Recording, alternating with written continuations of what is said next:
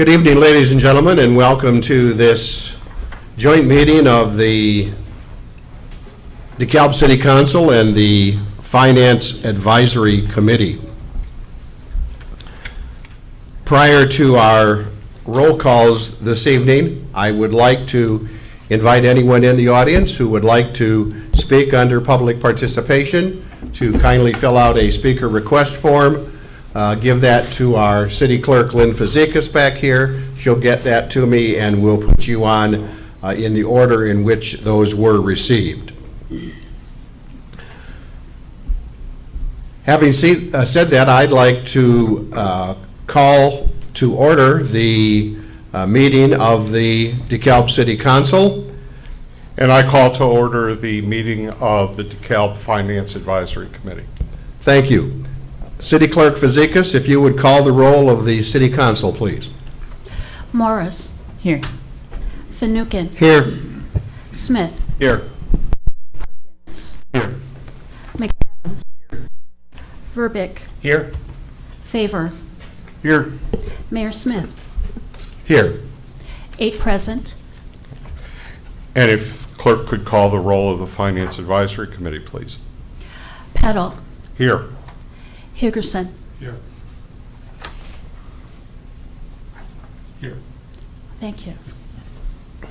Neely. Here. Parch. Prahlad. Here. Tarazinski.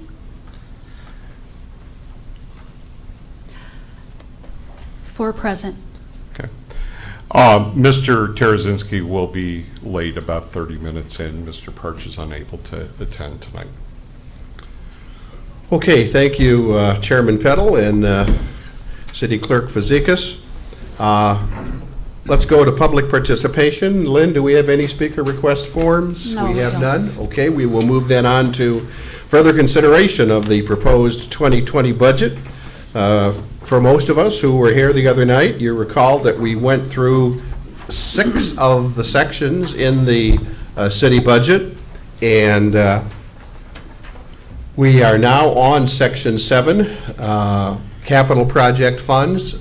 We would like to, again, invite anyone during the course of the discussion, the final discussion tonight, to have any questions or comments. City Manager Nichols. Thank you, Mayor. Good evening, everybody. Phase 2. Tonight we're going to talk about capital projects, and we're going to talk about our enterprise funds, the fiduciary funds. There's also a section, I don't know if you've had a chance to peruse it, but in the back of the proposed budget that has a number of policies that bear on our financial transactions here with the city of DeKalb. So be happy to answer any questions about those if you'd like. Otherwise, they're there for your reference. So let's pick up with the capital projects. We'll start tonight at page 161. And before I launch into just a few comments on Fund 400, I want to take us backwards to a topic that we covered on Monday night, which was in relation to our general fund, and that was a number of concerns that the council had at the end of FY18, the beginning of 2019, which was to make sure that local taxes were leveled, or if anything, declining somewhat. Property taxes we're talking about here, and the impact on individual residents and businesses. Make sure that by the end of the fiscal year, our general fund balance was at least 25% of the budgeted expenditures for the new year. And we spent some time talking about that. But there was another thing that was of particular concern to the council at the beginning of 2019, and I think it's still an abiding concern, and that is that we set aside funds that are designated for specific projects on our streets and alleys, that we would have a street maintenance program that would be more robust than it had been for a number of years, and we would also try to address the declining condition of our fleets across a number of city departments. So we're going to start with the last part of that, the streets and the fleet. So in mid-August, August 16th, there was a joint meeting of the Finance Advisory Committee and the City Council, and this topic, what to do about deterioration of our streets and alleys, and what to do about the declining condition of our fleets. And no specific was direction given them, but there was a little bit of guidance, and we, at the staff level, worked on a couple of options. We brought to the City Council in October in a committee of the whole meeting. Specifically, we proposed, and the council supported at that time, an increase in the local motor fuel tax to help with streets, and also some of which would go toward fleet maintenance. So Fund 400 addresses what the council had guided us toward. And as we get into this, it's important to remind you that on Monday night, we talked about our state motor fuel tax funds. That's Fund 210. It's on page 128 if you're doing some cross-referencing. And that provides a component of our annual street maintenance program, but not as much as the council felt we needed. So let's look at what is provided through the local motor fuel tax and some other resources. If you look on page 163, you will see the revenue sources, and we're projecting that increase of 4 cents will see a diversion of 3 cents, or three-quarters of that, toward the state motor fuel tax fund, and that money will be poured into our streets. Another cent of that 4 cent increase would go into fleet maintenance. The streets, this is not a new list, this is a list that the council saw on October 28th that will be attacked in 2020, are listed on page 162, along with estimated costs for those sections of North 7th, 13th, 14th, Normal, Taylor, Maycomb Drive, and various alleys, and some associated engineering work. So that came up to $1,325,000.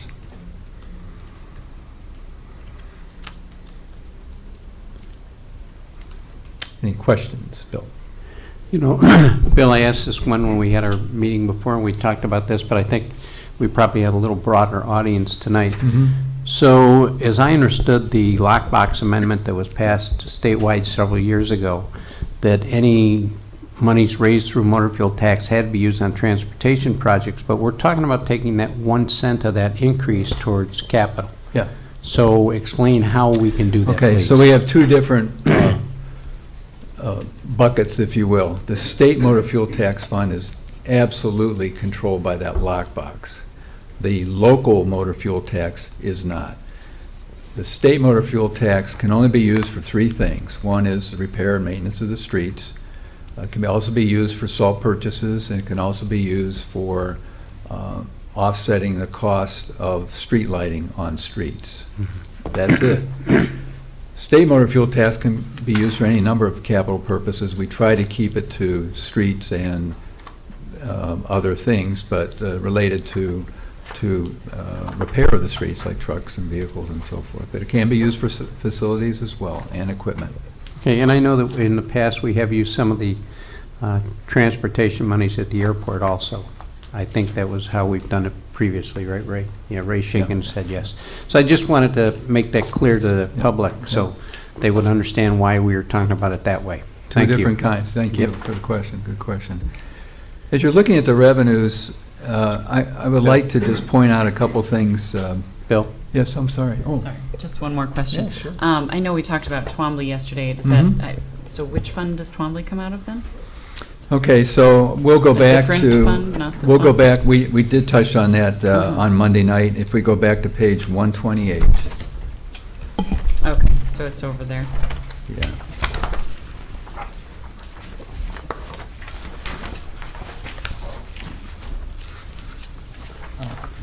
You see that little chart on page 128. Right at the top says Twombly Road reconstruction. And at this point, we don't know, I did mention that there's a lot of utility work that has to be done, including stormwater piping and so forth. There will be open excavations, not only along the curb line on either side of Twombly, but also across Twombly at a number of locations. I don't know at this point if it's a half a dozen or more, but there'll be wider excavations putting in main lines, and there are other utilities there. So if those excavations can't settle out before it gets too cold to be paving, then there'll be some patchwork done and then full paving in the following year. But we're pushing to get it all done in 1 year. It hasn't gone, the plans are not done, we haven't gone to bid, but that's going to be our expectation that we can do that. So it's two different, what am I confused about here? So Twombly is in the budget, State motor fuel, and yeah. much of it is under the state motor fuel tax. Okay, so this is the state. Yes. And this is Yes. got it. Local. Right. Got it, okay. So if we, but you raise a good point. So what is all this all together? If we combine every dollar in the proposed budget that can be used for street maintenance, we come to $2,480,000. If you look toward the bottom of page 161, and then next to the last line, that's where that number is, and you probably want to circle that. That is about $750,000 more than last year.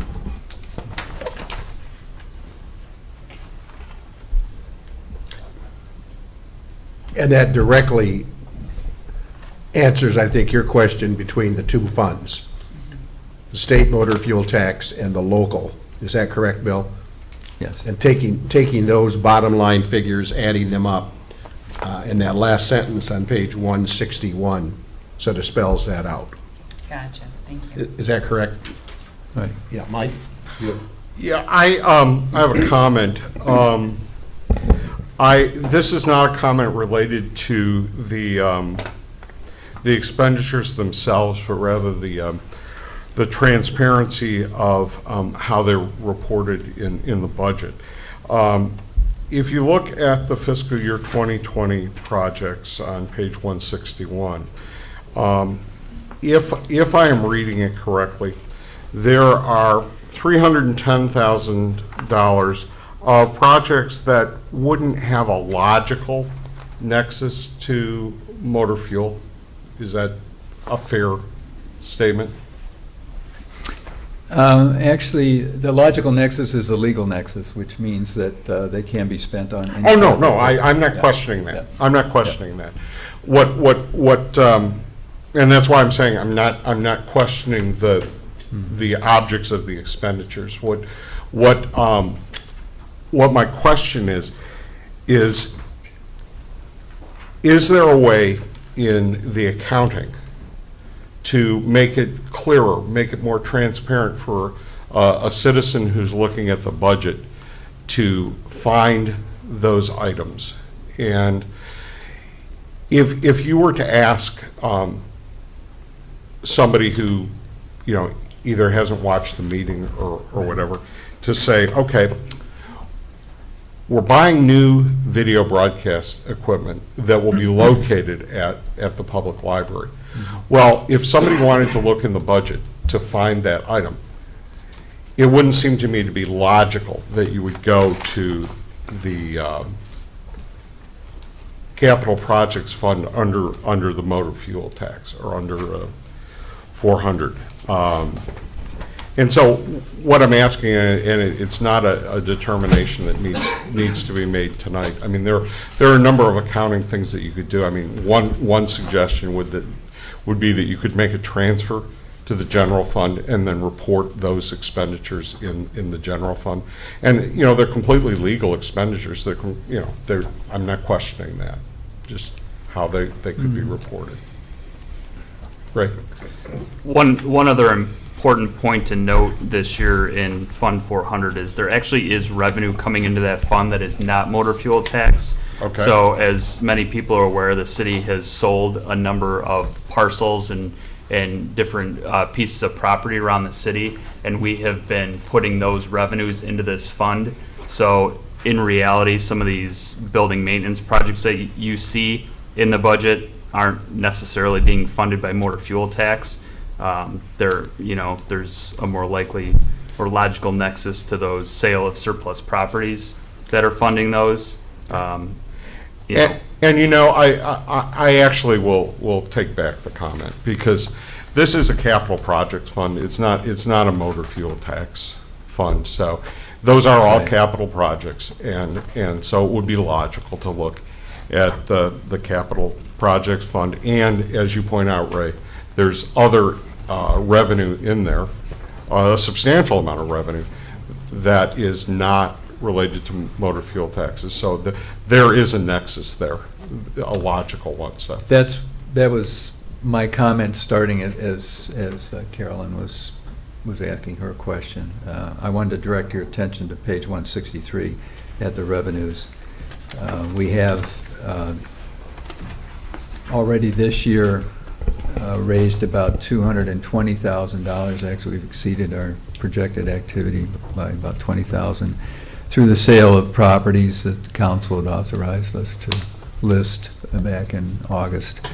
And we have enough property left on that listing to cover the $250,000 we project for the budget, the Fund 400 budget in 2020. So as Ray pointed out, that's a different kind of revenue than we've seen in that budget for a while. As an aside, too, and I think this gets to your point, Mike, about how the man on the street reading this budget looks at some of these numbers. For years, we have, as a city, been holding on all kinds of property throughout our city, you know? And I think they were legitimate questions, why? Over the past year, this council has directed our city manager to be somewhat aggressive in marketing those properties. And so that's where that revenue comes from. When we started selling the property, I don't know if city council even had the discussion of, well, where do we want to put that money? But it seems to me that it would make sense to put it exactly as you indicated into the capital projects fund. it's all good. Okay, any other questions on that fund? We'll move on to page 165, Fund 420, which is our capital equipment replacement fund. I skipped over what is known as the fleet replacement fund because, and Ron brought this up at the last meeting, we've got a lot of zeros showing on page 164, and that's because that fund was basically closed about a year and a half ago, and the fleet purchases and sale of various things to build that fund is now under Fund 420. So the council directed on October 28th that we proceed with the assumption that we are going to raise the local motor fuel tax fund or fund tax and 1 cent, which comes to just under $175,000, is shown as a new revenue on page 166. At the top, you see 173,750. That's what that is. This fund also receives money from our water tower leases. There's a line item for police fines, for E911 board payments, and some other types of smaller revenues that make up for the overall budget of $556,750 in revenues. And as you can see, we're spending down our balance here because we're trying to aggressively make up for lost time. Last year, even though we had, based on a study in 2018, an inventory of about $4.3 million worth of vehicles in critical condition. More than half of our fleets, fire, police, public works, and otherwise. We spent $55,000. We had some money in another fund that we ended up using for the Vector, but outside of the general capital funds. So that didn't make much of a ding in that shortfall. So we're not proposing by any means to make up for that in 1 year. And as a matter of fact, what we are doing, we talked about this on October 28th at the council meeting, committee of the whole. We're basically looking at just the backlog that we had identified in 2018 as being a 4-year project, knowing all the while anything that's newer is aging. It's sort of the classic hourglass, and we're going to turn it over, and we're going to start addressing was on the bottom, but pretty quickly other things will age.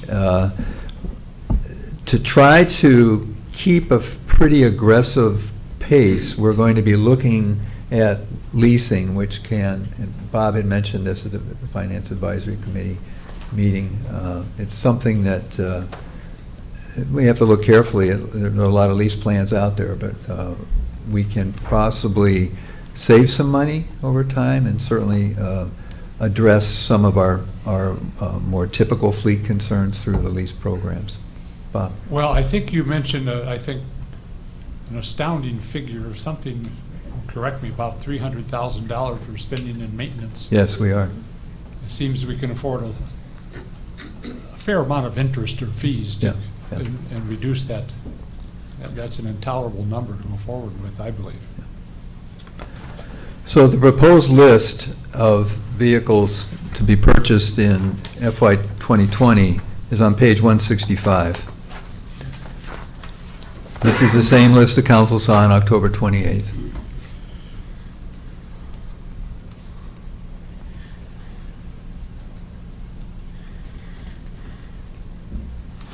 Any questions about that?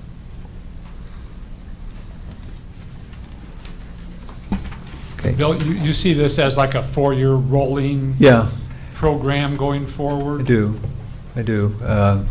But each year brings its challenges, and it's hard to handicap that even 2 years out at this point. But I'm very pleased with the council's support to begin attacking this problem, because it doesn't get any better or any easier the longer we put off a plan to address it. Thank you. If there aren't any more questions there, I'd like to move into the enterprise funds and, Bill? yes, Sale of surplus property, is Yep. that low, you guys think, or is it? well, I hope Or it is the is. stuff I hope it just is. junk? We have listed our property at 223 South 4th Street. We're at about $400,000 right now. I'm talking under Yeah. Fund 420, where, Yeah. is that vehicles and extra equipment? Yes. I mean, I know the stuff is, I'm going to agree with Bob, probably It's- it's junk, right? So We're not expecting much. I see what you're talking about. Okay. Yeah. Thanks. Yep. Maybe that's a little low, but maybe not. It's probably low when you take into consideration, if we trade in a piece of fire apparatus, when you replace the engine, that alone probably hits that number right there, it would be my guess, so it's probably conservative. I remember the days in Selma, Bill, where squad cars were turned over every year, every 2 years, and the fund Bob's talking about, 300,000, was drastically reduced. Our Yeah. maintenance costs were Yeah. very minimal. I agree. I think we're losing a lot of money in that area, so lease program. I'd like in the first quarter of 2020 to review, and then toward the end of that period, bring a report to the council and ask your guidance on how to proceed for the balance of the year with respect to leasing. Thank you. I do have one quick question. So Yes, Greg? with the expected expenditures on the the vehicles, is there an assumption in the existing budget of a shift in maintenance costs and a reduction there eventually at some point? Eventually, but I'm sorry to say in 2020, I don't see much change because we still have such an inventory of vehicles that are Okay. down or always on the verge of being down. Right now, I think Andy's in the audience, I think the beginning of the week, most of our dump trucks were down, isn't that correct, Andy? Yeah, that's a lot. We only have 8 or 9 that are operable. And we have a couple new people in our building department, as you know, the chief building official who was here, and she had a conflict tonight. And Tim Weaver, the new compliance inspector, and they didn't have any vehicles the end of last week. Everything was in the shop. So it makes it tough. So we wouldn't see any reduction for that until I don't years see it, 2, but our 3, or objective 4. is to start reducing that, as Tracy said. Okay. Thank you. Yep. Let's move to the water fund, Fund 600. Tom, good timing. Tom and I communicated a little bit this afternoon, and you may have some questions about this. I'm going to launch into it, Tom, and hit some highlights, and then we'll have some general discussion. So the water fund is the largest of the enterprise funds. We have several, as you know. We're at page 169 now. And we're currently providing, this sounds like a very big number, 1.1 billion gallons of water annually to our residents and businesses. A lot of water pumped. And we thank Mr. Favor for his very careful management of those functions. But if you look at the bar graph in the middle of that page, you'll see that the annual gallons of water pumped has been diminishing. And there are different reasons for this. Among those reasons, we've lost a couple big water users in recent years. General Electric used a lot of water, and they've been closed now for a couple of years. There was a company called Spalding Fiber down on South 7th Street that used a lot of water. The continuing slow pace of housing construction has made a difference, the slump in our housing. And the enrollment, the drop at NIU has made a difference. So you see where we are now at the end of this projection, of course, into 2019, and where we were just in 2016. And so that's another 100 million gallons down. And what would make a difference would be a couple of large industrial users. As you know, we're pursuing that.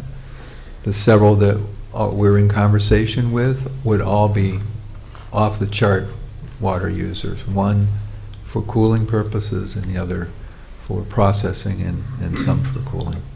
So, I think the future will hopefully embrace those types of things, and we're going to keep pushing on that.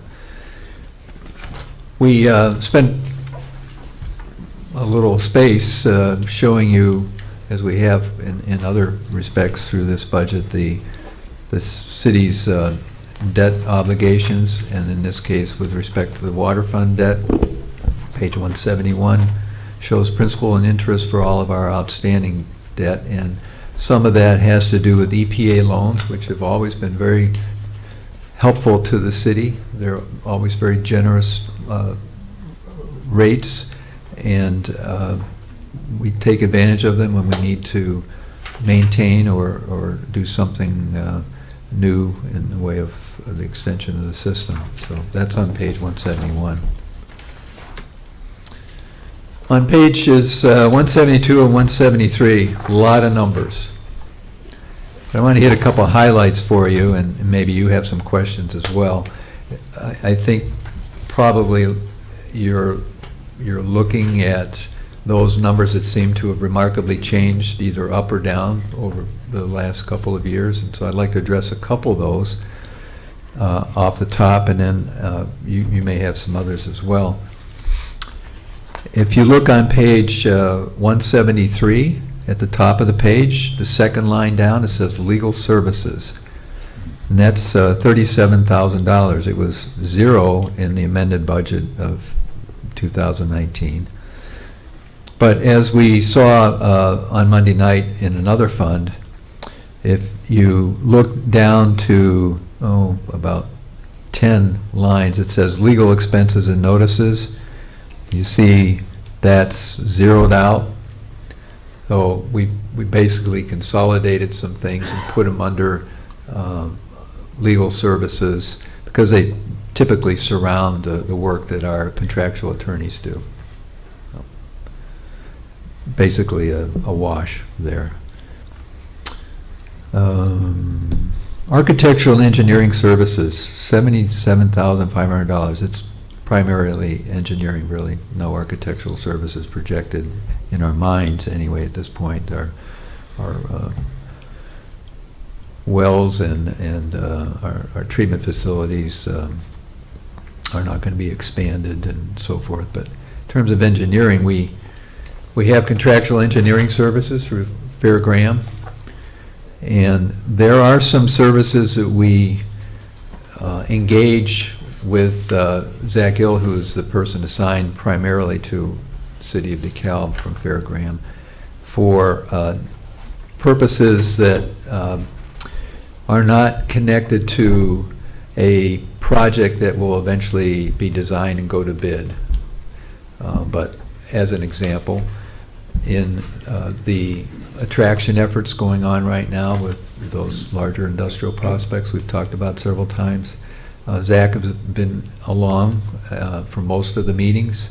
The people at the table are asking, of course, they're asking about capital items, but they're not asking about a project that's definitely going to be done, but they're asking about what are the flow tests and what are the pressures at the hydrants and what's the latest modeling that's been done, and can you fine-tune this? We'd like to know a little bit more about that. And those over the course of a year add up to an amount. We are estimating, because we're doing more attraction, we're estimating as educated as we can what that cost might be. So there's that. There's another number toward the bottom, which is maybe esoteric in a way, but it's a number. It's a large number, and that's near the bottom. It says transfer to the general fund, $311,000, and so that's a payment in lieu of taxes. We have water assets, obviously, towers and tanks and treatment facilities and so forth, and so what we've done for a number of years is we look in our annual CAFR, in the 2018 CAFR is the one that we're relying on. We have, according to our auditors, at least at the end of 2018, $26,167,747 in water capital assets. You take that times the 18 tax rate, which was 0.11883, and you get $310,951. We rounded it up to 311. So that's what that number is. And if we want to debate that, we'll have to bring the auditors in, because I defer to them on that. That's their approach. A couple of things in addition to what I've talked about here. The water fund obviously is, as an engine, is basing most of the revenue that it receives on sales. And if you look at the top of page 172, second line down, it's an extraordinary amount of sales value that is generated currently. There are also some charges, water service charges. A classic example is the fact that we sell water to landscapers and others who show up with tanks, and we fill them, and then there's a charge for that. Construction-related activities and so forth. We give them a fair price, and it's most convenient for them if they're working in our area to come to our water department and get filled up. Any questions so far?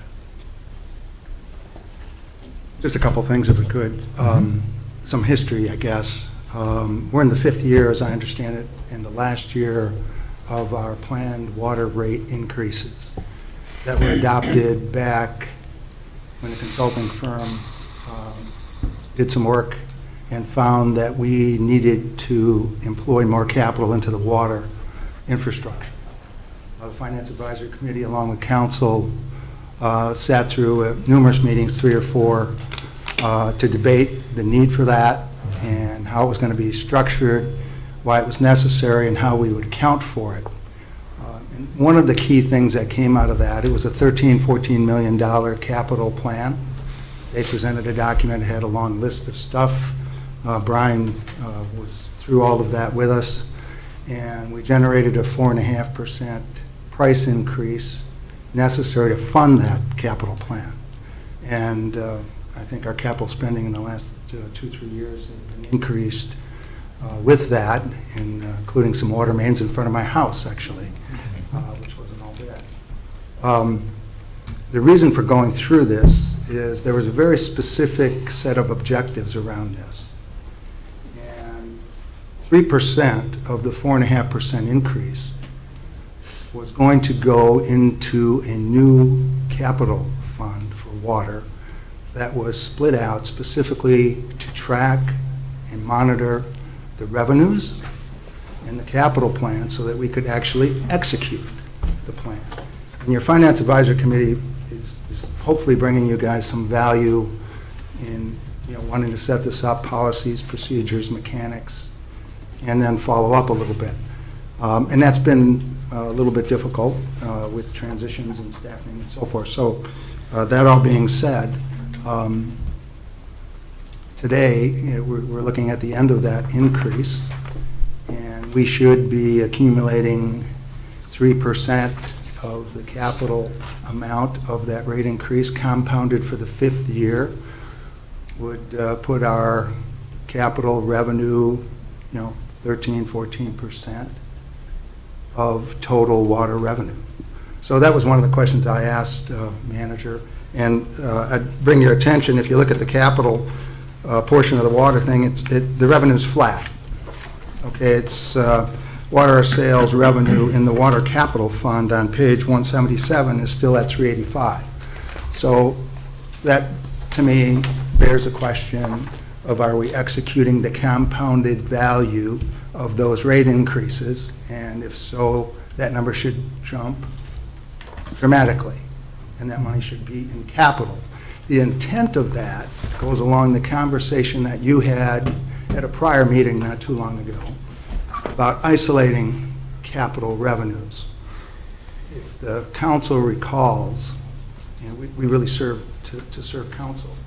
Council recalls they wanted to isolate new capital revenues. Of course, in the terms of gas tax, that's easy to do because they're only going into the motor fuel fund, right? They have to be isolated and only be used for one purpose. Okay, and that was to be the intent of this water thing, but we haven't quite got there on the accounting side, and I want to point that out, that the revenues should be restated to reflect where we are in that 5th year, and that would reduce revenues in the water operating fund and increase capital funds where they were meant to go.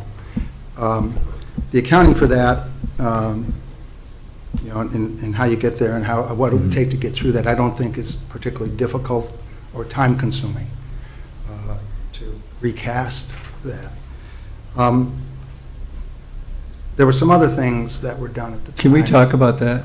We certainly can. Yeah. Want to stop right there? If I may. Please. Yeah. First of all, the proposed budget addresses those principles and embraces those principles, and I want to point out why that's true with one caveat, and Tom and I talked about this, well, we communicated via email today on this.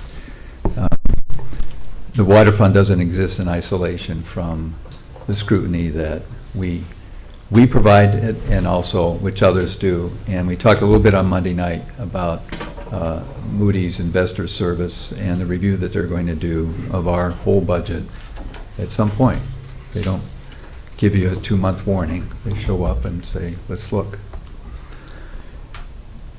let me first address the principle. So, we are proposing a transfer of $1,450,000 from the water fund to the water capital fund, for capital purposes only, not for personnel and so forth. It would go for projects, and obviously there's hired personnel, but it's not city personnel. And with that transfer, in the water capital fund, which is shown on page 177, the actual year-end projected fund balance for the water capital fund is 88% of the expenditure, the proposed expenditures. That is extraordinary. I mean, we are basically proposing to spend everything as physically possible for Brian and for our engineers and for the people that we're going to bid this to work to do in the course of a year. $1,450,000. We've talked about this. This is a project list that is not detailed here, although it actually is. It's over on page 176, but not on page 177. So, putting more money into the capital fund is then a transactional and not necessarily a philosophical question. We are going to have enough money in there, not only to do everything we propose to do, but enough to do everything we propose to do next year as well. A couple things. And so here's the other half of it, the rating review that is going to happen. Our water fund, with this transfer, still retains 33%, a reserve of 33% of the proposed expenditures for the year. That's in excess of 25%, which is what our city policy requires. But it's also closer to what Moody's would consider to be a solid, reliable reserve. And so I think for now, what we're trying to do here is both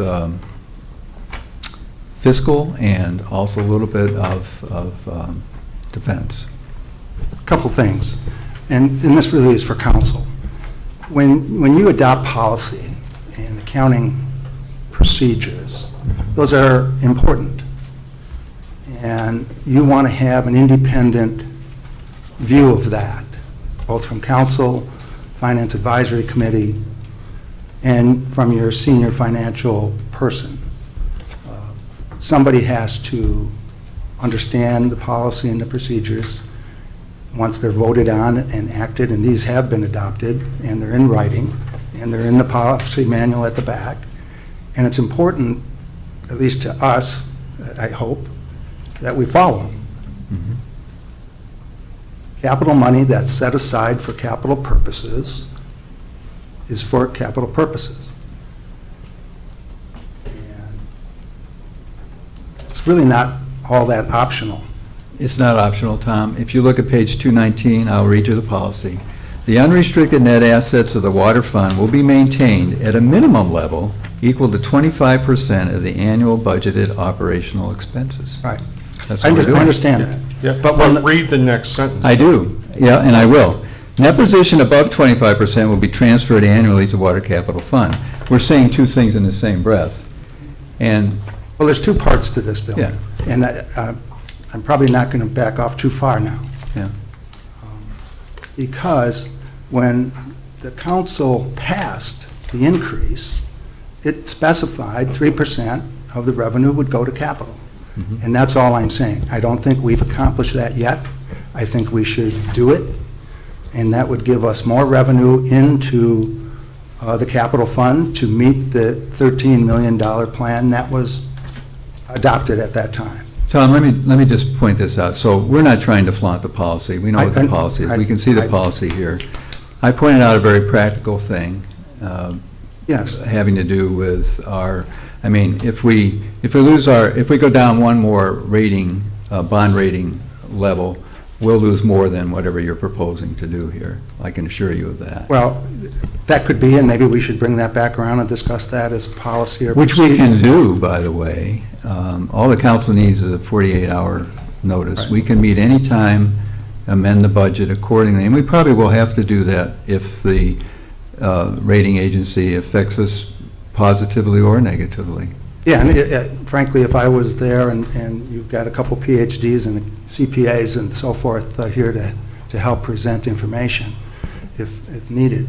But if I was presenting our water fund status, I would roll it up into a page that had all three funds with a total fund balance and say, look, we not only have 25% for operating, we've got enough money to fund the capital plan that we adopted 6 years ago, and we've executed to it. And here's the proof. Now, if we were going to do this along the lines that were originally intended, the debt structure that was created at or after, we went and borrowed some money, if I recall, and those debt payments are running through the water fund. At the same time, you would in my opinion, you would transfer those expenses to the capital fund, which would bring it down, and it would get out of your water fund balance where it doesn't belong, along with any other prior engineering fees that were tied to projects per se. So those are my thoughts. I think, Can I ask a particularly on the question? revenue side, it should be addressed. Can I ask a question? Tom, can you specify what exactly you're suggesting needs to change? Well, basically, the revenue side of the water capital fund was intended to capture 3% of each of those years' water billing increase. 3 percentage points. 3 percentage points. And if we went back and said 3% of the first year is 3% of 5 million is 150 grand, that doesn't take us long to calculate or figure out. Second year, 6%, third year is 9%, and so forth. We capture all that. On the same side, you capture the expenses that don't belong in the water fund. The intent of the water fund was simply to do operations, so the council could easily see what the water operation was generating without wide fluctuations for capital-related activity, which has many peaks and valleys and throws the numbers out considerably. So the intent was to keep water operations really clean and not enable management to use part of the rate increases to fund operations. The whole intent was to avoid that. So nobody misunderstands. We're not proposing to do that. I understand that. But I think you need to add that. But you raised a couple bogeys, Tom. Forgive me for being direct, but you've just suggested that maybe we were possibly diverting some money that should go to capital. I'm not suggesting that, Okay, Bill. please don't. Yeah, Yeah, and I please wasn't. don't. Okay. I think there's just some corrections that need to be done. Yeah. Are you saying that the revenue's overstated? No. No, in total, no. It's just a matter of what should be going into that water capital fund. It's where would the, so proper- there's some additional money in the water fund reserve proposed for 2020. They could be put into the water capital reserve, but we're not proposing to do all of that because we want to see a stronger water fund reserve projected for others who are looking at us and going to be reviewing that. But we could do it. A couple things. Number one, we have a variety of people that have served on the Finance Advisory Committee over the years, and there's always some difference of opinion. There is and was no difference of opinion on this particular issue. The Finance Advisory Committee has been unanimous in the support for the policy as written, okay? And as well-meaning as it might be to keep the reserve where it's been said, you're not in compliance with policy when you do that. Roughly a third of that reserve should be in the reserve for the capital projects. for the water, or the water capital fund. And what Tom's suggesting, I mean, this is an accounting thing, we're both accountants, and you gotta, when you present it to Moody's, it's gonna have to be a roll-up of all of these accounts.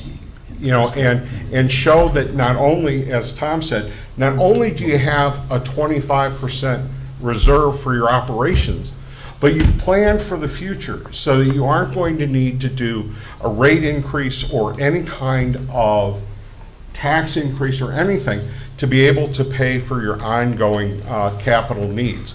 And I think that's important. And nobody is implying or saying that there's anything nefarious about this. This is an accounting reporting kind of thing.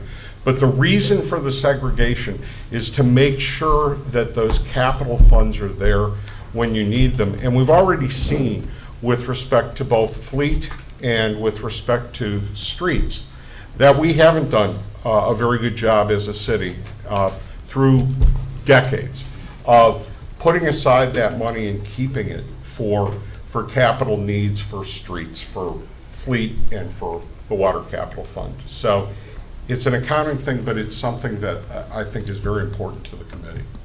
And it's more than an accounting thing.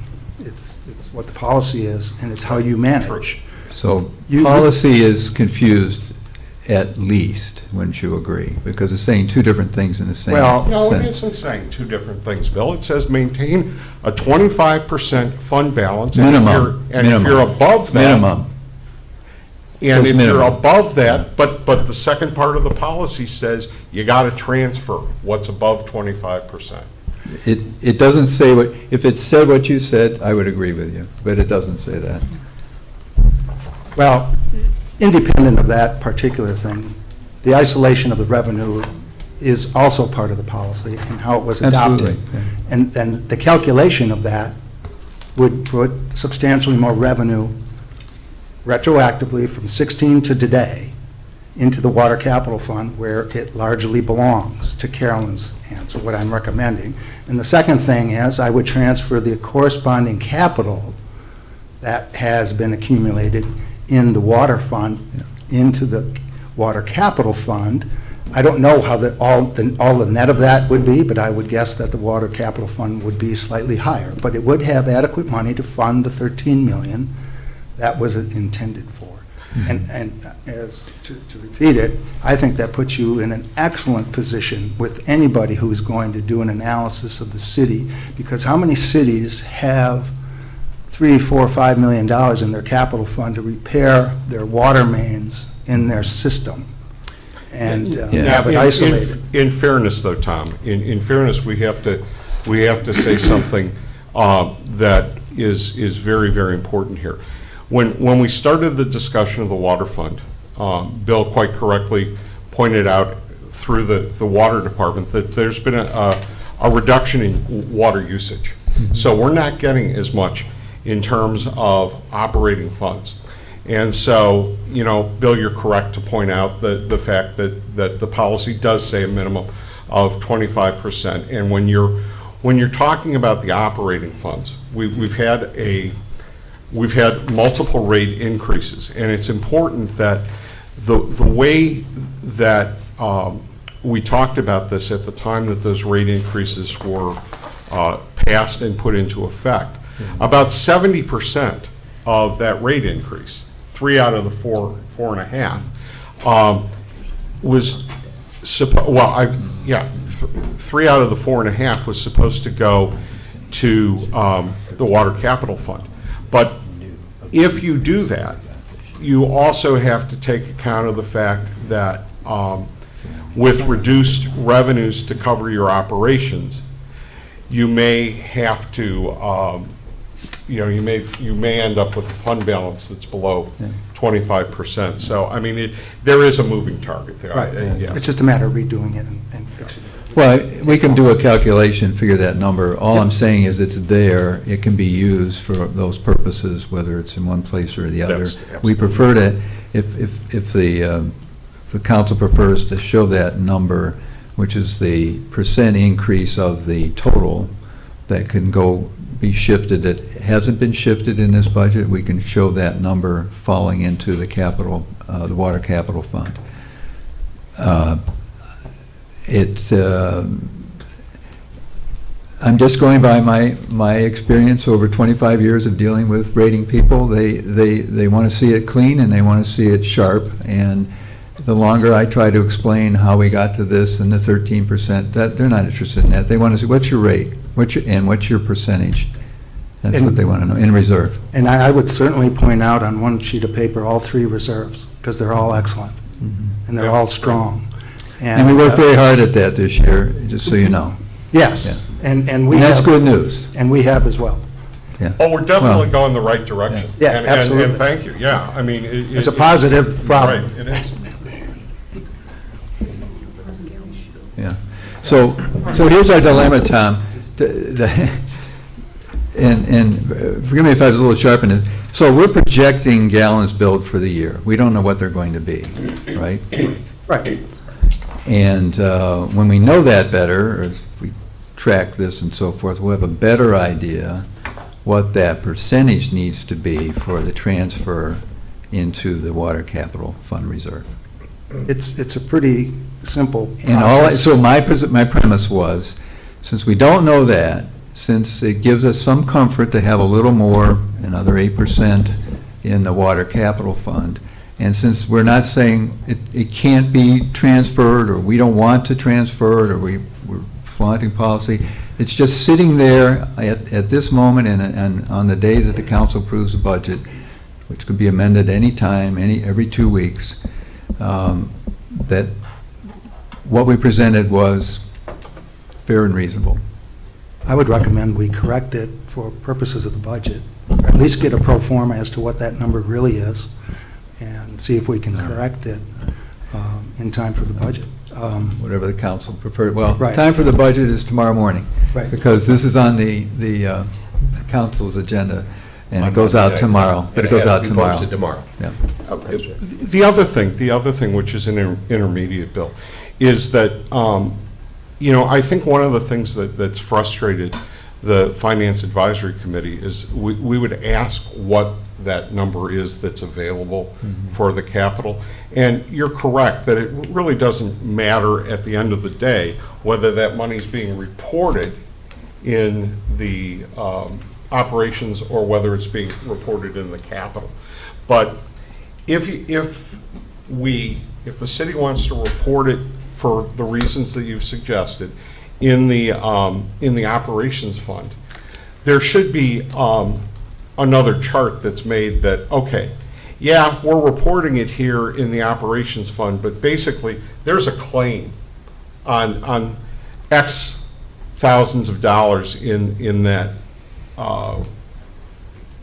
reserve that is for the capital fund. So, we're putting it there for the reasons that you've suggested, but we're keeping track of what's supposed to be in the balance in the capital fund. I'm happy to just, rather than, do an asterisk and a footnote. Oh, no, I'm not asking you to do that. Well, I'm happy to calculate a number that will possibly not be the actual number by the end of the year, that though promises to put that percent that Tom is proposing into the water capital fund reserve as opposed to the water operating fund reserve.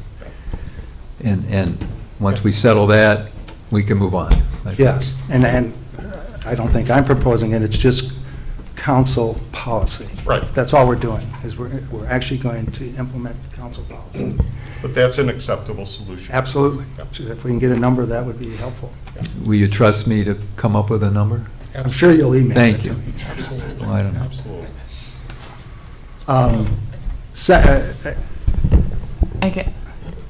Does the council policy make sense? If he's saying that, he doesn't want to report it this way because it's not going to, and that's what I understand you to be saying, City Manager Nicholas, that it's more clear the way that you've put it, perhaps? And so, and you're saying, Well- combine it to, We do need to clarify that passage in the policy because it's kind of looking two different directions, but it could be stated a lot more more. And I guess I would, Clearly. I would like advice from the Financial Advisory Committee on what the wisest choice for that is, what the policy should say, so.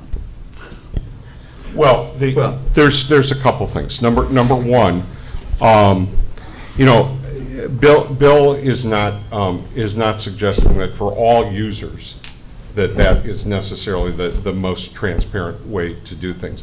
What he's suggesting from his experience is that it will benefit the city as we go through a bond rating review to have the money in this place rather than in that place because it's simpler for the bond rating agency.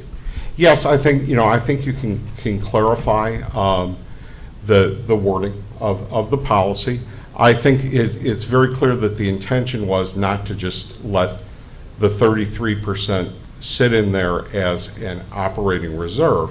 But if there's another way of doing the calculation and reporting it that, okay, we're putting it here, but the real reserve for operations is 25, 26, whatever, that's fine. And, you know, this is really to some extent a distinction without a difference. And as long as we're on the same page philosophically and that there's a way outside even of the budget to say, okay, we are putting this money aside and we're designating this in our minds for this particular purpose, you know, I think that's fine. I think you put it well. No one is philosophically at odds here. The fact that the city and our residents who pay the bills are willing to build up a capital fund to address our aging infrastructure, water infrastructure in this case, is very welcome and commendable. And the easiest thing is to just ignore we've talked about this tonight and we've talked about it on Monday night, is ignore the capital issues because they're out of sight, particularly with the water infrastructure. You can see a truck that's falling apart, and you can see the roads are falling apart, but the water infrastructure you don't see until you blow it up. And we've had a number of water leaks just in recent days, and some people have driven by and seen our repair trucks out there. So it's, and we have some old mains, not as many as we used to, but small mains in older parts, original parts of town. So this is all a good thing. We're all, I think, on the same page with respect to trying to aggressively attack our aging infrastructure. I would think just one clarification for me. There is a distinction. And that is the money is isolated for a single purpose, which is what it was intended to be. And if we want to change the policy, as Carolyn is suggesting, that to me is the option, is rewrite it so that it's not intended to be isolated and can be utilized across the multiple funds. But which of the two choices are you suggesting is best practice? Neither. I know where I stand because I know how it was developed, but Yeah. others may feel different today. That was 5 years ago. Best practice is to at least, you know, it's even within a high school, or not high school, household budget. You know, when you have an entertainment fund or you have this, you know, you don't commingle, even though there's not a legal restriction on it. You know what you have to spend, and you spend within your means. The best practice is somewhere that there's accountability. That money doesn't get moved out of capital and into Well, operating. let me ask a question in a different way. There's more capital funding needed in the city, right? We need more money for roads. We're going to contemplate a road tax increase. And what's the purpose of that road tax increase? Yeah, for the roads, right? Okay, and how do you isolate that? Let's say you didn't isolate it in a capital account, and specifically, wouldn't you want to make sure that that 4 cents that you passed Right. went for the purpose it was intended, and not leak Right, into something else down the stream 10 years later? Yeah. So that's the nature of this. I'm not saying that's what's happening. I don't believe that's happening. But it's a similar allegory. In the basic, here's the, I agree with you. There's a distinction without a difference. So I hear what you're saying, Tom. I don't agree with a thing you said except this. We know exactly what that number is, and we have no intention of permanently resisting the transfer. I was looking to buy 30, 60 days by presenting it this way, and now that we've had this conversation, we've broadcast it to the whole world, and we may as well send an invitation to Moody's to take a look. So here we are. And you knew about that this afternoon, and we talked about it. I think there is no distinction in our commitment to principle here, and I wholeheartedly support the idea of building up our capital infrastructure. And the number we will put in here, and then it will be clean, and then we'll see what happens. So we'll feel better about being clean on the page. But you are correct in saying the total cost to the city of the downgrade of Moody's is substantial. It is. It affects all of our bonded debt, except for the IEPA loans. So, no.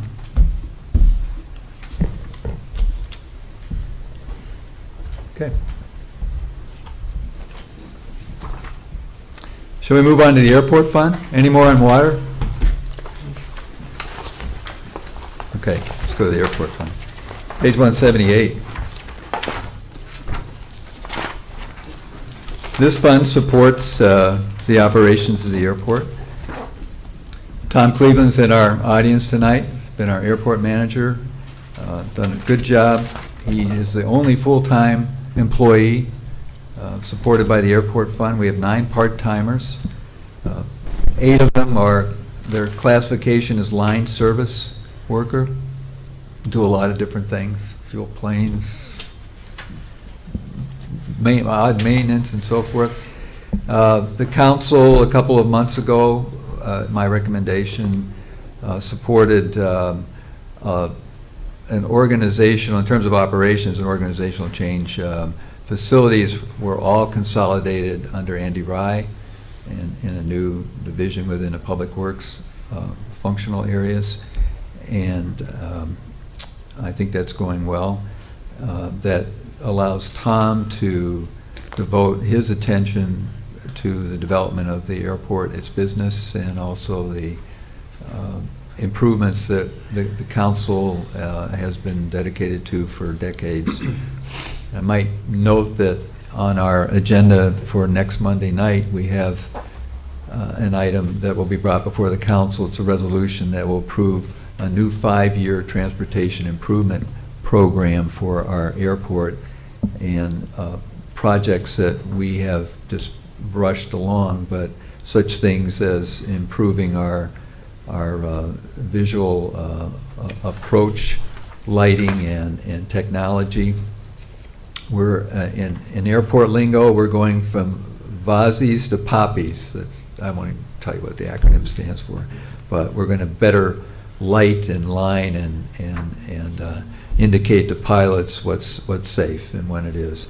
And another carryover project is some crack repair on runway 220, the longer runway, and then an overlay on 220, which is the biggest cost. It's $4.5 million. That's part of our TIP program, and it's not identified in the budget here, but it is coming before the council. So these things do flow together. The airport fund budget relies on the revenue side on 2 principal sources of income: fuel sales and rental income for the hangars. That's just under 70% of the annual income for the airport fund.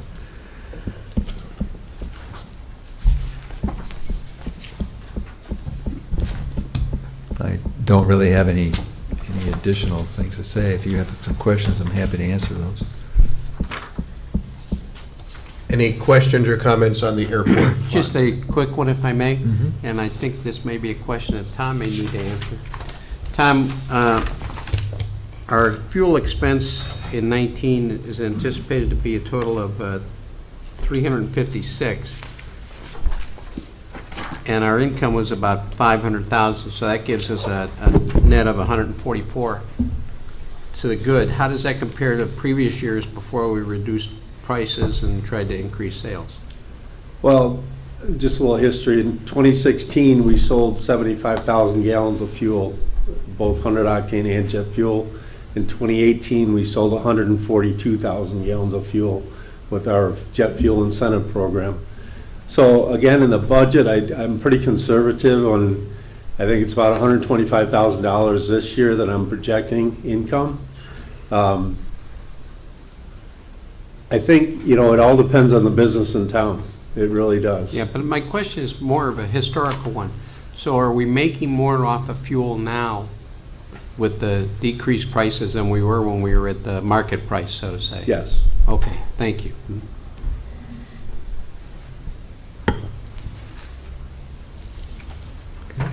Okay, let's move along. Okay. And finally, in the enterprise zone category, we have our refuse and recycling fund, and the council is well aware that a new contract was entered in September of last year. It's a 5-year contract with Lakeshore Recycling Systems. They provide services in a variety of ways, some services we've come to expect, including the removal of the refuse, but also a wide variety of recyclables. And in addition to that, continue to provide for the removal of landscape waste between April 1st and November 30th of each year. Usually start a little earlier and last a little later than that. Also this year, it was in the late winter of 2019, the council approved a new process of billing refuse charges for those owners and renters in the downtown or the central business district downtown area. And that has been working well. Pretty good participation, and the revenue is about on track with what we thought it would be.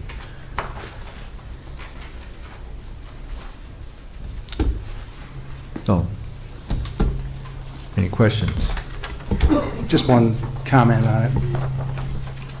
Yes, Tom. And we talked about this earlier on the other side, the $360,000 transfer enabled by the accumulation of admin fees is benefiting this year substantially, which is great.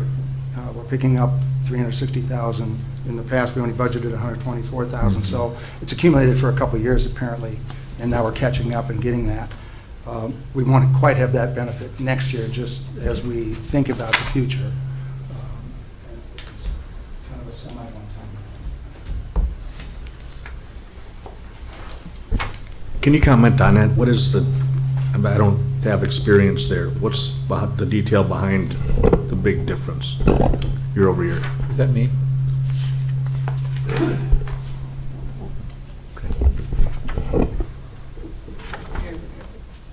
Okay. Was that yours? Okay. Yeah. The difference between, in the revenue line item, the transfer rather. The transfer. Yeah. Yeah, so when we look at our refuse fees that we charge to a resident, we project that there's some administrative costs in that. Staff is doing the physical billing. There's the print. It's that charge is going on the printing of the bills. So although we charge a certain amount through the waste hauler, it's presumed that a percentage of that is an administrative cost to be recouped by the city. So during the RFP process, when we ultimately went to Lakeshore Recycling Services I think it's about 18 months ago now, the number that was cited at that point was about 9% of the total refuse fee was an administrative fee to the city. So if you look at that based on your refuse and recycling fees, you're probably somewhere closer to $175,000 a year, when that transfer has been fairly stagnant for a couple of years now in the $100,000 to $125,000 range. So there's some excess fund balance that is built up in that fund over time, which we're now transferring back to the general fund this year. So Mr. Tarazinski is correct in that next year, that number will not be $360,000 again. It will probably revert back to that $150,000, $175,000 range. That's closer to that 9% admin charge. Perfect, thanks. Okay. Other questions on that? Let's jump into the internal service funds, which include our insurance funds, workers' comp, health insurance, property and liability insurance. We noted on page 185 with respect to workers' comp, to start at the top of the page there, that back in 2012, the city opted to go in the direction of an umbrella, or sometimes called stop loss, self-insured retention policy, so that we wouldn't be overtaken in terms of our costs by the unforeseen. And I think that was a very wise move. Likewise with health insurance, it's been some years now, but we joined a pool. It's called, acronym is IPBC, the Intergovernmental Personnel Benefits Cooperative. It's a pooled arrangement with other Illinois communities providing health insurance. Prior to that, we were going entirely on our own with our self-funded insurance program. And we believe it's helped some with our costs, but costs continue to rise. And there's a bar chart at the bottom of 185. It shows the recent trends with respect to costs, and it's broken out by employees, active employees, and retirees.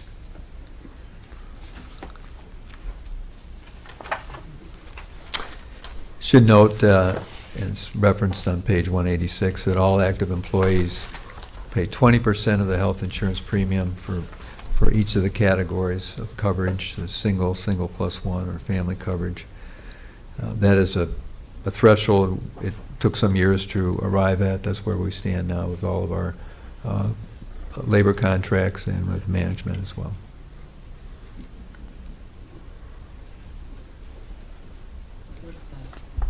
What does that number look like individually? Like, what is it? What was the question, Carolyn? Carolyn wants to know, what's the overall cost for, want to just take a single individual maybe, Yeah. and just say Yeah. what the city pays and what the Yes. employee pays? Sure. This is Ray's domain that he deals with every day, so he'll pull it up for you.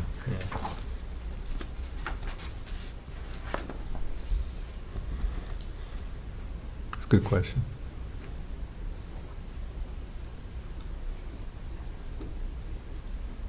It's going to take me a second. No pressure, You want Ray. to keep going? Yeah, we or can I'll- keep I'll- going and I'll We'll come back to it. I will- Bill, let me ask a follow-up then while Ray's looking up. What's the percentage that the retiree pays if an active employee pays 20%? I believe that's the same if it carries over, yeah. So it's also 20%, Yeah. okay.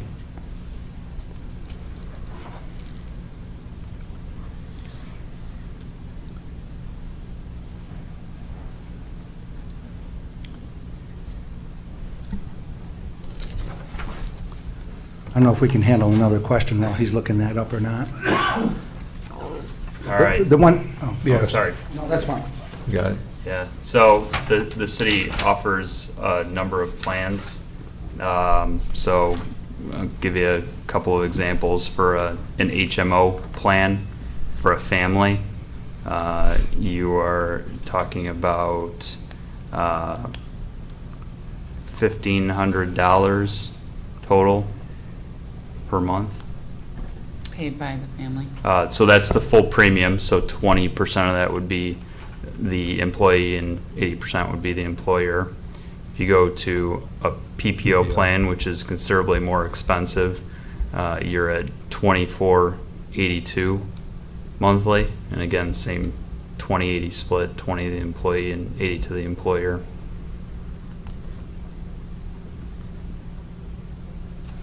We also have a high deductible plan, which. There's, yeah, a variety of plans. High deductible plan, which falls within the PPO rates, and again, dental, vision are add-ons. The question I had, and this was part of that email too, Bill. The employee health insurance line, the expense side. The 2019 projected number is about 4.5 million, 4,489, and we're projecting that to go down to 4,080. I'm looking at the employee health insurance expense. That's about a 10% reduction in the employee planned expenses. And I was just wondering if we've done something to accomplish that. Well, part of it is the demographics. And we've had some retirements, we've had some people who have moved on for whatever reason in different departments, and the new hires, healthier lives, probably better practices and so forth.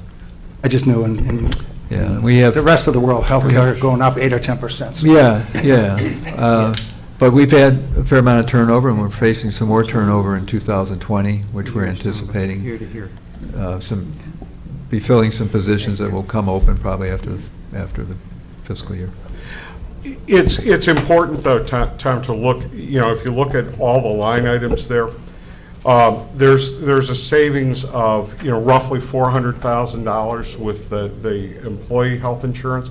But if you go down to the library and you go down to the retirees, 300,000 of that is eaten up by increases. No, I understand. In those two categories. That was the other half of Tom's question this afternoon, what's happening there? And we have a number of people who are receiving retiring insurance coverage and paying for a portion of it. And as Tom and I discussed this afternoon, it's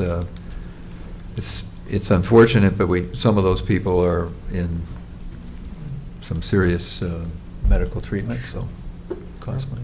my only concern about raising the question is that we don't under budget it, that's all. We're comfortable with that number, that's all. Yes.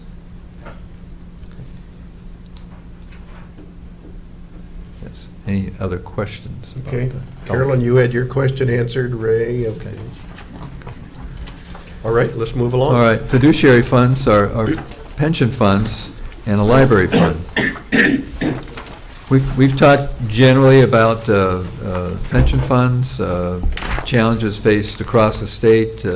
We have happily seen some pretty serious movement toward solving one of the two big problems, and one of those was the fact that we had so many funds across the state, 650 plus, each one with its own financial advisor usually, and smaller funds, larger funds, middling funds. Now they'll be consolidated into large funds that will have more power, if you will, to gain interest on the investment of those funds in a variety of ways that are allowed by the pension fund documents. And the next piece, which hopefully the legislature picks up in the spring, at some point in 2020, is the actuarial calculations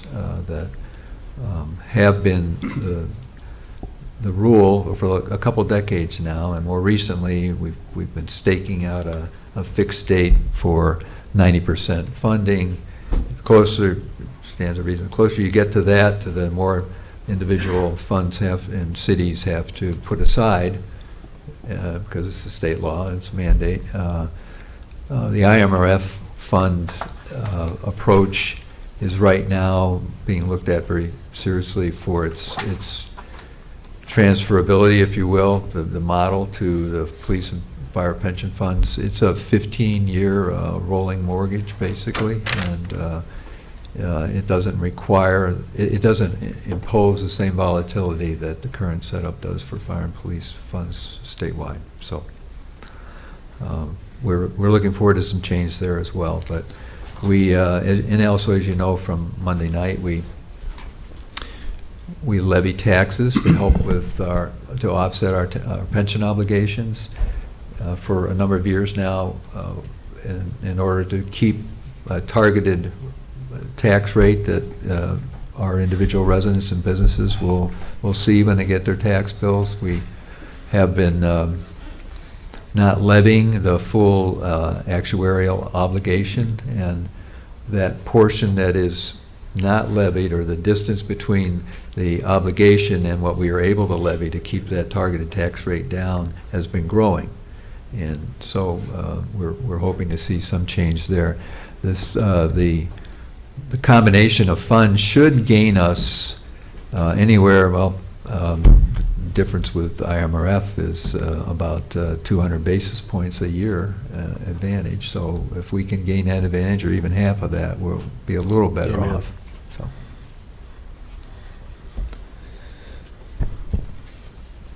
Anything generally about the pension funds, how we fund those? Okay. Public library. I want to talk about the library a little bit and answer any questions you may have. If you look on page 197, so the library is not part of a library district. When you get your tax bill, you see a library line item. But we do a lot of the financial transactions for the library. We also are involved by state statutes in taking the official levy action, although it doesn't get assigned against the city corporate tax. There is a levy that we pass through to our constituents. In addition, the city took on an obligation to pass through property tax proceeds to offset part of the library debt from the redevelopment of the library 5-6 years ago now. And that's about $490,000 a year right now.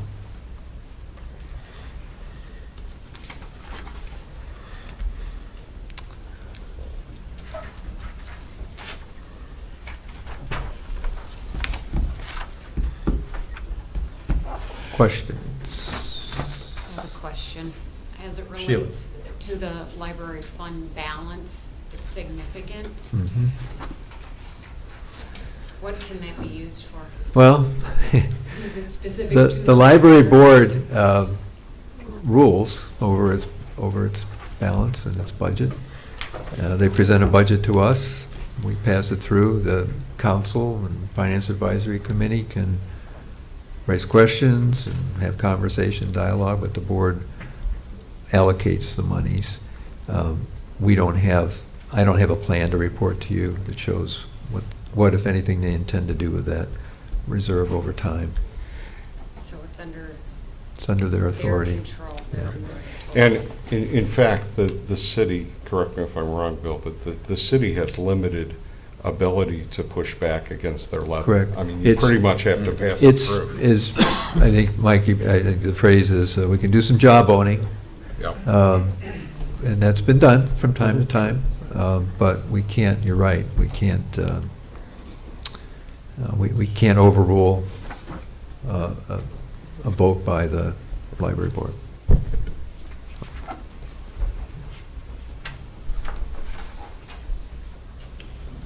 That's it. Okay. Now, your appendix has, Yeah. You want to go over a few of those? only if you do. Yeah, okay, I think I looked at it. The staffing plan, I think, Yeah. gives a good picture of We've been talking where we've about been that, and yeah. where we are now. Yeah, and we hope these summaries are of use to you. If somebody asks you a question, you can go to them, they're reasonably accessible and.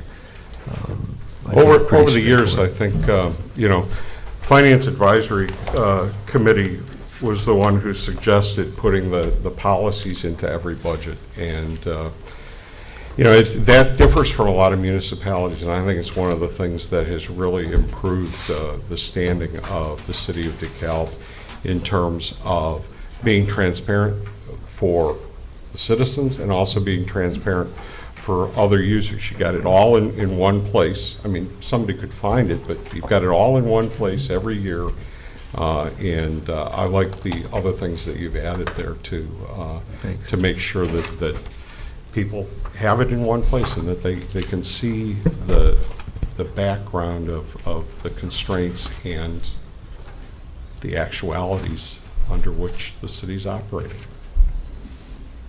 Well, I will echo with what I prefaced the meeting yesterday, Monday, and that is I think the proposed budget and the narrative was excellent. I think our discussion tonight, not only as members of our city council, but as our finance advisory committee, were very poignant and very well stated. Carolyn, did you have something? You were, okay. Please, go ahead. Because what Mike and I, we have sort of a logistical way to adjourn our session tonight, whenever that happens. I just wanted to ask, in reference to the 2020 budget calendar, if maybe we want to consider beginning sooner next year, because it seems to be starting around the same time frame in August, and if not beginning sooner, but I wondered for a moment why the Financial Advisory Committee wasn't meeting monthly, like a lot of the other groups, and so maybe I would love to hear your feedback on whether or not you guys ought to be meeting monthly. It's always been the position of the Finance Advisory Committee to start the budget process in January. Right. So, and so, the committee certainly would support an earlier start to the process. Now, what goes on at those early meetings is something that is a matter of discussion with the city council and city staff. They may or may not be actually working on the budget, but rather working on some of the background. For example, the 5-year financial plan oftentimes is something that is worked on early in the year. And we had a transition in leadership, and some delay was certainly to be expected, and it was quite reasonable due to the number of new people that were elected to the council, that no matter what we did, we were going to have some new leadership in elected officials beginning in May. So I think it would be something that the committee would support. One thing, Carolyn, is this thing awake? It doesn't sound like it's on. Oh, wow.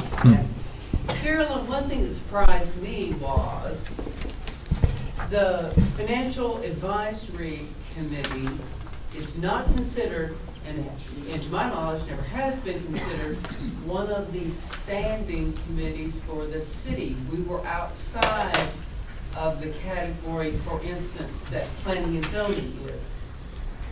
So there was never a set, you will meet this many times. So you're saying that we would have to change it to a standing committee in order to... If you wanted to make sure there was some mandatory number of meetings, and I see there's more information. Oh, it's alive again, great. Okay, there's more information coming over here, I can see. But this is not new.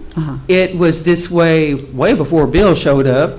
It's been this way for years and years. So you guys and are years. happy to meet monthly, though, and would applaud that switch? Yes? Well, as Sort of? Mike said, though, I do want to point out to you, as Mike's just stated, I believe, unless I misunderstood him, and this is the way I read it too, often the information we would actually need to begin some sort of really dig in and get some work done, business going, comes from the state on a very much delayed schedule. So you're months into the fiscal year before we've got anything that we can work with. We're just... But you could be working on, in January, February, March, the strategic plan. Yeah, or something. right. Yeah, but no numbers. No numbers is tough. Bill, I know you had a Well, comment. yeah, I think, just to clear the air, so the city manager followed the budget policy, and it's in your background, page 215. It says the city manager submit an annual budget to the city council, which is in blah, blah, blah. A meeting will be held with the Finance Advisory Committee after June 30th and before joint city council budget discussions begin to discuss the previous year-end comprehend, the CAFR. And there's a reason, which gets to what you were just saying about why you wait till June 30th. Some of our key, well, first of all, we don't receive any of the property tax, so we know that's fixed until June, and then there's another distribution, usually another bigger distribution in September. But sales tax is usually anywhere from 3 to 4 months behind. So it would be March or April before you even saw the December sales returns from the state level, and they collect also the home rule tax. So if you're looking to predict how you're doing, you don't get to really do that until your first 2 quarters are booked. And then after that, how do you know what it actually is? The numbers kind of fall in to our finance office in the month following the quarter. So it's really, what would have been the earliest? July. And we started trying to organize according to everybody's schedule in July. The best we could do was August 16th. So I don't know how we could have accelerated it more. It also says that management shall prepare a draft of the annual budget for review by the City Council and its Finance Advisory Committee in October, November of each year. Sure, I'm not suggesting did. anything was done No, poorly or wrong. the reason I'm reading this, I know you're not. The reason I'm reading this is the policy, I think, is reasonable and based on the realities that we wrestle with in terms of the ebb and flow of revenue and also expenditure. Expenditure is a little bit easier to predict than the revenue is, frankly, for the first 6 months. So if the advisory committee wants to meet, we'd have to have an agenda and something to talk about. Sure. And we can always come up with something. But in the interest of meeting for substance with respect to the budget, I think what we did this year was exactly what the policy called for. Tom? Just a couple comments. The Advisory Council, the Finance Advisory Council is really here to service the City Council. And in times when there's project work, like reviewing insurance policies, making recommendations about work comp reserves at $1 million, about setting some specific things that the council wants some additional analysis or would be appropriate for us. I think to Bill's point, it needs to be something typically targeted policy procedure update, something specific that you want done. So I should have you all on speed dial for when I have questions, Well, basically. You can always do that. Okay. Go ahead. I would like to say this. In past years, I have felt, honestly, frustrated because sometimes projects would be brought in and as they were being described or discussed, I was thinking, oh my gosh, if we had been able to get our hands on that, we could show all these bear pits, hey, whoa, let's wait a minute, let's think about this. So if you got something you want us to do, we want to help. If we can assist, just as Tom was saying, about analyzing insurance policies, projects, all sorts of things like that, we'd love to work. Put us in harness, okay? But to just meet for the sake of meeting, my No. goodness. Oh, Definitely. don't do that. There needs to be an agenda, and it needs to be substantive. Otherwise, Okay, Tom? Thank you. One more, sure. I guess I've been party to this for a long time now, and I'd like to offer some commentary for council. There's a lot of new members and haven't been through this a lot. From my perspective and our perspective, I've heard comments from other members that there has been a remarkable improvement in the handling of this budget process. As far as the document, the preparation, how it's laid out, we don't have material errors. We don't have, ideas that we don't know where the money is and where it's going to. I think there's been a remarkable improvement in a short amount of time. Second thing, from my perspective, is you've come to a right-sized organization based on the revenue structures that you have. And a number of us have had trouble making recommendations in prior years that didn't necessarily get enacted to ensure that we were able to maintain the 25% balance, which we faltered a year ago but have completely restored in a short period of time, which is excellent, and that you have an opportunity to go forward, understanding that with limited revenues, you're going to have to maintain a pretty tight structure. But the adoption of that 25% and ingraining that, I think, is excellent, and it's remarkable that it's been achieved in a short period of time. It gives us a platform to move forward from. With a 23% increase in the stock market this year-to-date, maybe they get just a little bit of relief on the pension obligation, at least for a short amount of time. But I needed to say that. On a go-forward basis, one recommendation specifically would be to develop a 5-year forecast. I think the ability that has been displayed this year to accomplish the objectives, getting to the right size staff, getting to a balanced budget, again, is very well done. Our ability to maintain that with very little local revenue growth is structurally very difficult to do. With 2.5% wage increases, 8 or 10% on pension, 8 or 10% on health care, the numbers don't add across. And so it makes it difficult. And the council should recognize that. And I don't know that without looking at that 5-year projection, even on a status quo basis, it would become more apparent to you as to continue to plan ahead. We need growth. We simply need growth to enable us to get a revenue growth that would be sustainable to add staff at some future date. But again, I just had to compliment staff on a job well done. Thank you, Tom. As we prepare to adjourn tonight, Chairman Peddle and I agreed that what we will do is to call for any additional comments from Finance Advisory Committee, and then we will adjourn the Finance Advisory Committee, and likewise we will have any further discussion, if desired, by any of our city council members tonight, and we will adjourn the city council.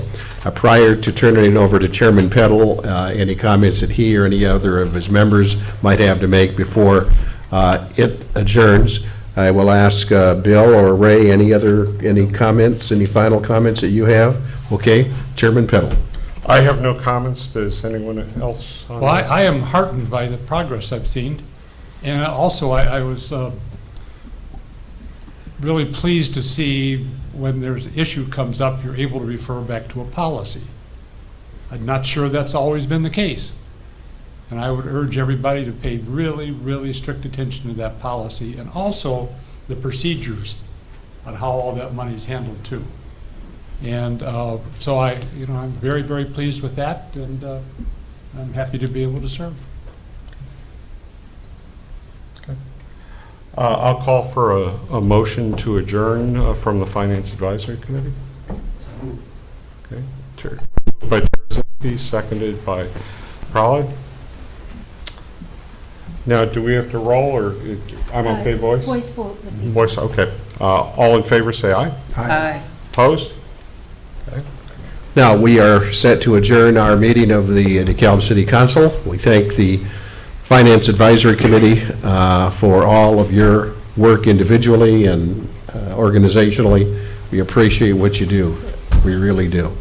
Now, before I call for a motion to adjourn, are there any final comments regarding tonight's process, or any matter for that matter as it relates to this joint meeting? Alderman Fanouken. You know, having been through this a few times more than the rest of my colleagues on council, I think the change we made a couple years ago into a calendar year budget makes it much easier going through the process than doing it mid-year did, particularly because we have a better idea of where we're going to be at on our property taxes that are coming in. I just wanted to comment on that a decision that prior councils have made has worked out really well.